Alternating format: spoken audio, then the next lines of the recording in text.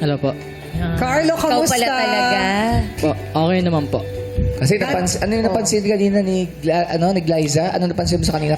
Doon sa ID. Sa kilos. Siya na yung Yung bigyan ng kilos ID. niya, messenger na messenger. Alam niya yung ginagawa niya. Pero Carlo, ikaw naman, bilang isang breadwinner, kamusta ka? Ngayon po, nahihirapan po kasi last August 5 po, nasunugan po kami. Nasunugan. Nasunugan. Wala pong natira sa amin lahat. Wash out po. Tapos ngayon po, bagong Pasko, pinipilit ko po bumangon para sa pamilya ko.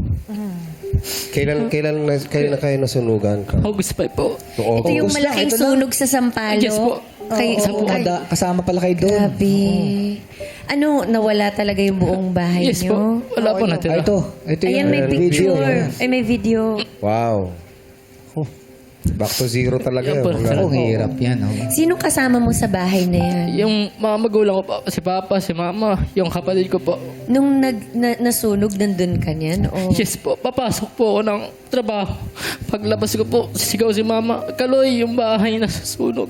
Kasi po yung kapitbahay po namin, nainiwan yung sinahing. Malakas na po yung apoy. Pagkalabas ko po, doon na po kumalat daw agad. Kaya tinakbuhan ko po sila, sabi ko, lumabas na tayo lahat. Kasi imbis na tayo pa yung masusunog, pag di tayo lumabas, pinilit natin ilabas yung mga gamit natin. Pero wala naman nasaktan sa inyo. Wala naman po. Yung nga lang po, lahat po, wala damit po, lahat po nasunog po lahat. Mga pinaghirapan nyo, nawala lahat. No? Isang iglap.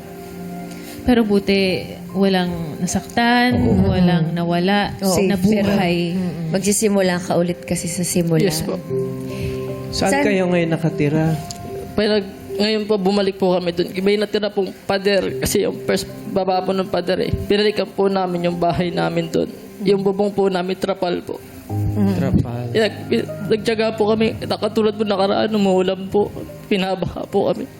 Tumutulo po doon. Pero pinipilit ko po ipaayos para sa kanila kasi magpapasko at bagong taon. Tapos birthday ko na rin po sa January 2. Pero matanong ko lang, Carlo, no? Ilang taong ka na bang breadwinner?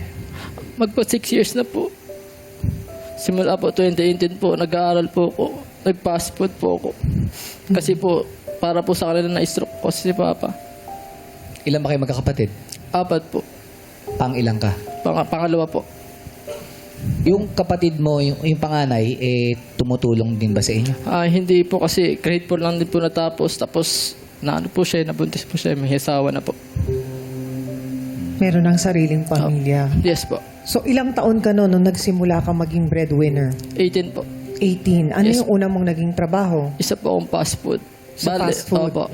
Pero bago po ako maganon po, madami po akong pinagdaanan na trabaho para po umabot po ako sa senior high. Sabi ko kasi kahit maging senior high student lang, makagraduate. Okay na po ako dun. Kasi no elementary hanggang high school, hirap po sila mama sa akin. Nung mga panahon na yun, nung nagtatrabaho ka, wala kang katulong, walang nagbibigay ng ibang tulong o suporta sa'yo ng mga Wala kapatid mo? Wala po. At tanging ako lang po talaga. Pinagkakasya ko po yung pagpa-part-time ko ng fast food ako. Tapos sa baon ko pa po. Working student ka. At nakatapos ka ng senior Natapos ko po high. yung senior high. Pero pagdating nun, hindi ko na po ako nag-college. Pero ikaw naman, meron ka namang natatabi para sa sarili mo.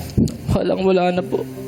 Sobrang kasi po, yung pinagkakasya ko lang po yung sahod ko sa pang araw-araw. Lalo na po, gusto ko pong mabubungan yung bahay namin. Yung naayos po, umuutang po ako.